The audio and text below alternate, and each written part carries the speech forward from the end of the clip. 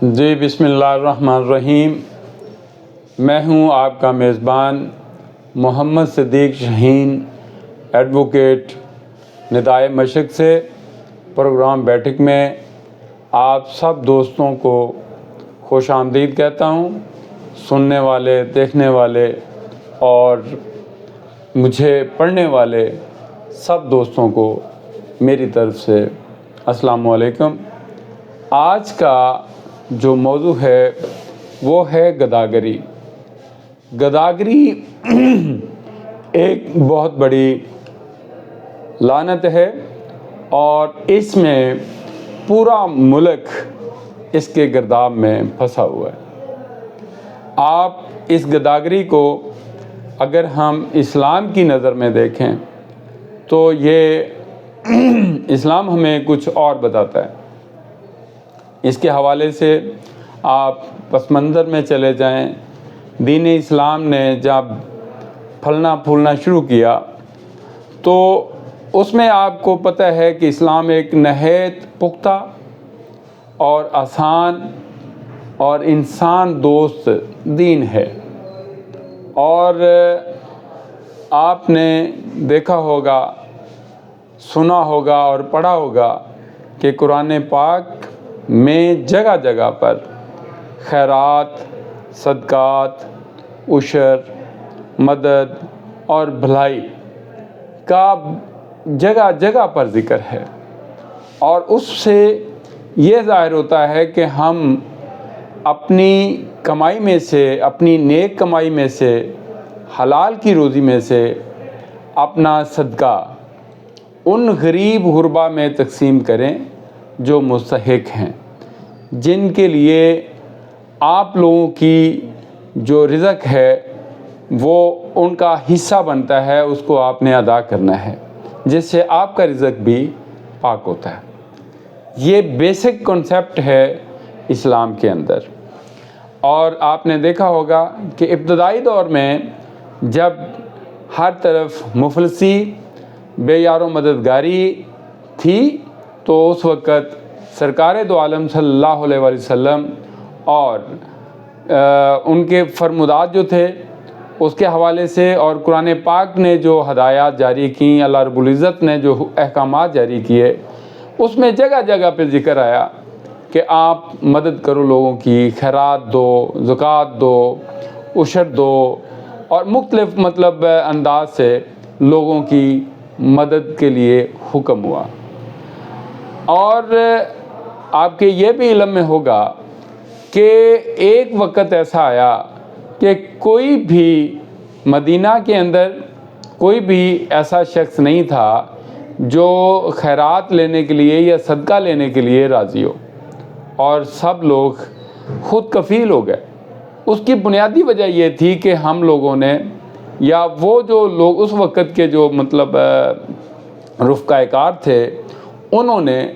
اپنا دل کھول کے اپنے رزق کو صاف یا پاک کیا،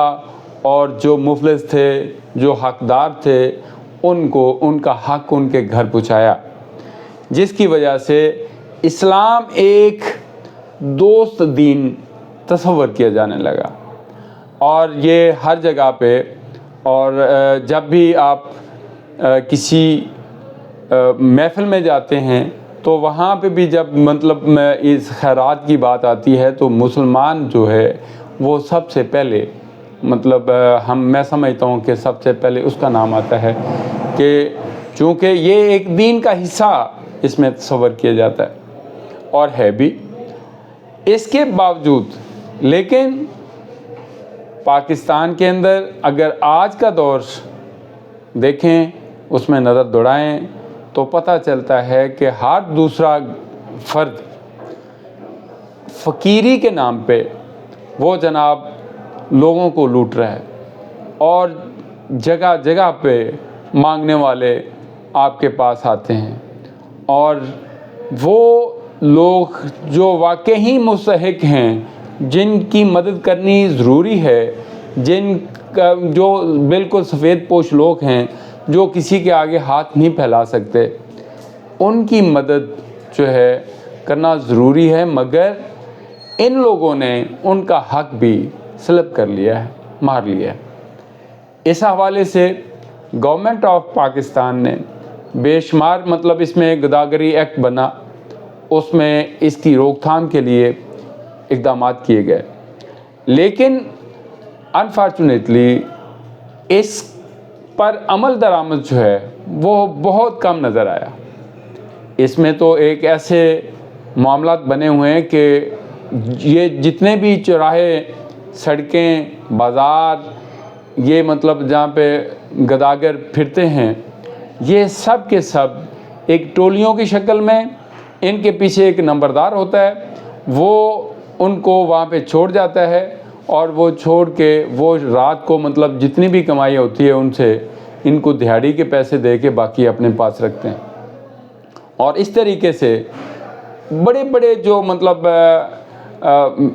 نامور لوگ جو سفید پوش اپنے آپ کو کہلاتے ہیں، پیچھے میں ان کے وہ کار فرما ہوتے ہیں، اور ان کے یہ لوگ جو ہیں کئی ایسے بچے ہوتے ہیں جن کو اپاہج کر کے چوراہوں میں کھڑا کر دیا جاتا ہے، اور لوگ ترس کھا کے ان کو پیسے دیتے ہیں۔ اور اس طرح جب بھی آپ کسی بھی پروفیشنل فقیر کو یہ کہیں کہ آپ مطلب آپ کو میں نوکری دیتا ہوں یا آپ کو میں کام پہ رکھنا چاہتا ہوں، تو وہ کہے گا کہ جی میں نے آپ کے ساتھ کام نہیں کرنا۔ اس کی کیا وجہ ہے کہ وہ آپ اتنے پے ہی نہیں کر سکتے۔ اس کی ایک زندہ مثال یہ تھی کہ ایک زرینہ نامی ایک خاتون ہے، وہ آئی تو وہ مطلب چہرے مورے سے پڑھی لکھی لگتی تھی۔ میں نے اسے کہا کہ آپ مطلب کیا کرتے ہو؟ اگر آپ کو کوئی جاب چاہیے یا مطلب آپ کام کرنا چاہتی ہو تو میرے گھر میں کام کر سکتی ہو، میرے آفس میں کام کر سکتی ہو، میں آپ کو پے کروں گا۔ تو وہ کہتی ہیں کہ آپ سر کتنے پیسے دے دیں گے مجھے؟ میں نے کہا آپ کیا لیں گی؟ اس نے کہا سر میں ڈیلی کا کم از کم 3000 سے 3500، اور جب میرے اچھا دن لگتا ہے تو میں 5000 تک میں کما لیتی ہوں، آپ مجھے دے سکتے ہیں؟ تو میں حیران رہ گیا اس کی یہ بات سن کے کہ واقعی ہی میں مطلب ہم تو اتنے پیسے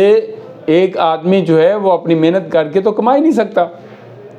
اور یہ لوگ جو ہیں وہ مطلب اس طریقے سے لوگوں سے پیسے مانگ کے ہاتھ آگے کرنا ہے، اور اس کے بعد جناب انہیں وہ پیسے مل جانے۔ اور وہ ایک تو معیشت کے اوپر ان لوگوں کا بوجھ ہے، اور دوسری بات یہ ہے کہ قوانین تو ہمارے بنے ہوئے ہیں لیکن ان کو ہاتھ ڈالتا کوئی نہیں۔ جب ان پر ہاتھ ڈلتا ہے تو وہ پکڑ کے لے جاتے ہیں۔ پہلی بات تو یہ کہ رستے میں چھوڑ دیتے ہیں، اگر وہ سینٹر تک پہنچ بھی گیا تو اس کے لیے کوئی علیحدہ انتظام نہیں کیا گیا کہ اس کو آئندہ وہ اس کے حوالے سے کوئی مانگے تانگے نہ۔ یہ تو ان کی عادت کے خاتمے کے لیے کوئی ایسا اقدام نہیں کیا گیا۔ ان کی سزائے اگر موت رکھ دی جائے تو یہ کوئی بھی نہ سامنے آئے، لیکن اسلام جو ہے اتنا سخت نہیں ہے۔ وہ تو اب کسی کے بارے میں کیا کیا کہا جا سکتا ہے کہ یہ غریب ہے یا امیر ہے۔ اب ایک بندے نے آ کے ہاتھ پھیلا دیا تو ایک جو